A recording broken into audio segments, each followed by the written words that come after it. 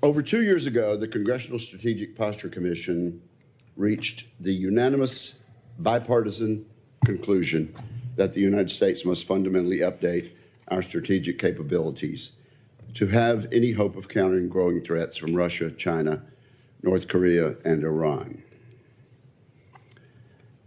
The progress we've made since then has been limited, but Russia and China have advanced by leaps and bounds in their nuclear and space programs. Even North Korea has outpaced our efforts as Kim Jong-un steadily expands his nuclear and missile arsenals. As we enter the 5th year of war criminal Vladimir Putin's war against Ukraine, Russia remains a major strategic threat to the United States. Moscow owns the world's largest and most modern nuclear arsenal, giving it a 10-to-1 advantage over the United States in tactical nuclear weapons.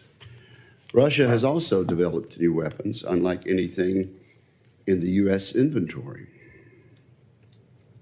It stocks nuclear-powered transoceanic autonomous torpedoes and international cruise missiles. For its part, Xi's China is rapidly becoming an even greater threat. Beijing is expanding its nuclear arsenal at breakneck speed, likely outpacing the U.S. by the early 2030s.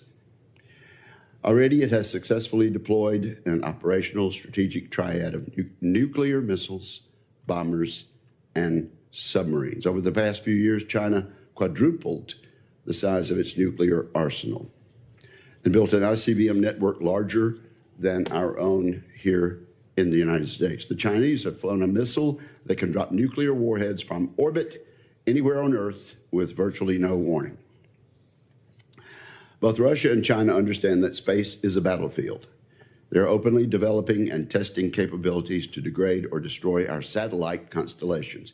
Each country has obliterated operational satellites, scattering thousands of fragments of debris and endangering hundreds of other orbital objects. Unfortunately, these aggressive actions only scratch the surface of Moscow and Beijing's militarization of space. North Korea is a less immediate threat than China or Russia, but it is a threat nonetheless. Kim Jong-un is increasingly able to attack the United States and our allies. North Korea is conducting frequent missile tests and is working to field ballistic missile submarines. Both actions make one thing clear. Kim Jong-un believes he can achieve his goals through nuclear threats. The Golden Dome initiative is long overdue and is a reassessment of the capabilities we need to defend our homeland from strategic attacks. The president allowed the outdated New START treaty to expire, and he exposed Moscow's and Beijing's illicit nuclear testing. I believe both actions helped reset the strategic balance that has tipped against us for decades. Operations Midnight Hammer and Epic Fury eliminated the threat of a nuclear-armed Iran. Permanently, I hope. Still, there's much more we need to do.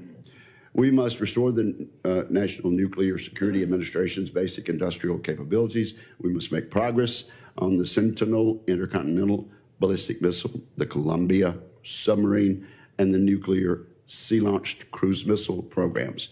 We must explore what additional nuclear and space capabilities we need to deter Putin's, Xi's, and Kim's ambitions.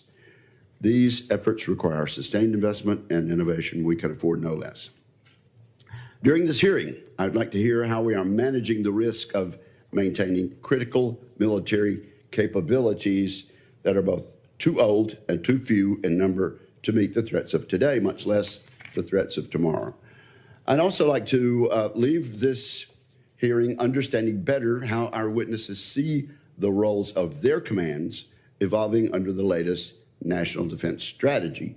It's no secret that I believe this NDS falls short in several areas. I'm particularly concerned that the current strategy does not address space and nuclear threats with anywhere near the urgency they deserve. So undoubtedly, we'll talk about that today. And I now turn to my friend and colleague, Ranking Member Reed. Thank you very much, Mr. Chairman, and good morning to our witnesses. General Whiting, let me begin by thanking you for 36 years of service to the nation. I understand this will be your last posture hearing, and I want to wish you and your wife, Tammy, all the best as you go forward. Thank you for your service, sir. And Admiral Carrell, welcome.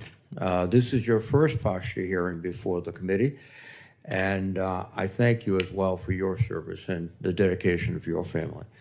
We are operating in a historically dangerous strategic environment.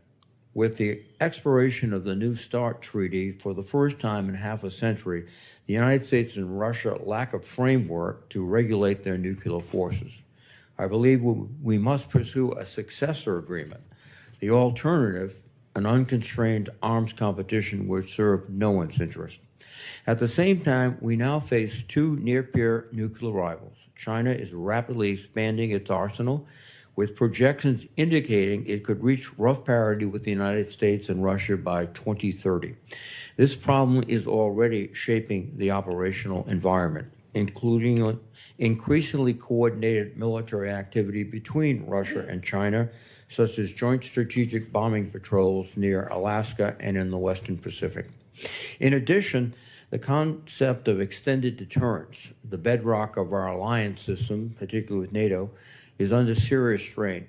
For generations, the U.S. nuclear umbrella has reassured allies, deterred adversaries, and helped prevent the proliferation of nuclear weapons.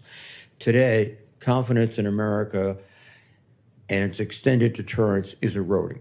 In Europe, there are growing discussions of alternate deterrence arrangements outside NATO. In Asia, allies are openly reconsidering their nuclear options. This trend has profound implications. If allies doubt the credibility of U.S. commitments, weapons proliferation becomes a rational response.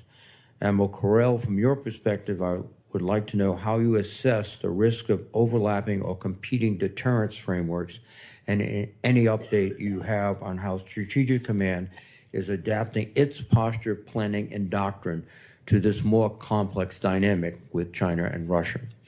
I also want to address the recent discussions about resuming nuclear testing. I do not believe nuclear testing would be necessary or constructive to our nuclear capabilities. We have invested $10 billion in the National Ignition Facility, which allows us to study weapons physics without underground testing,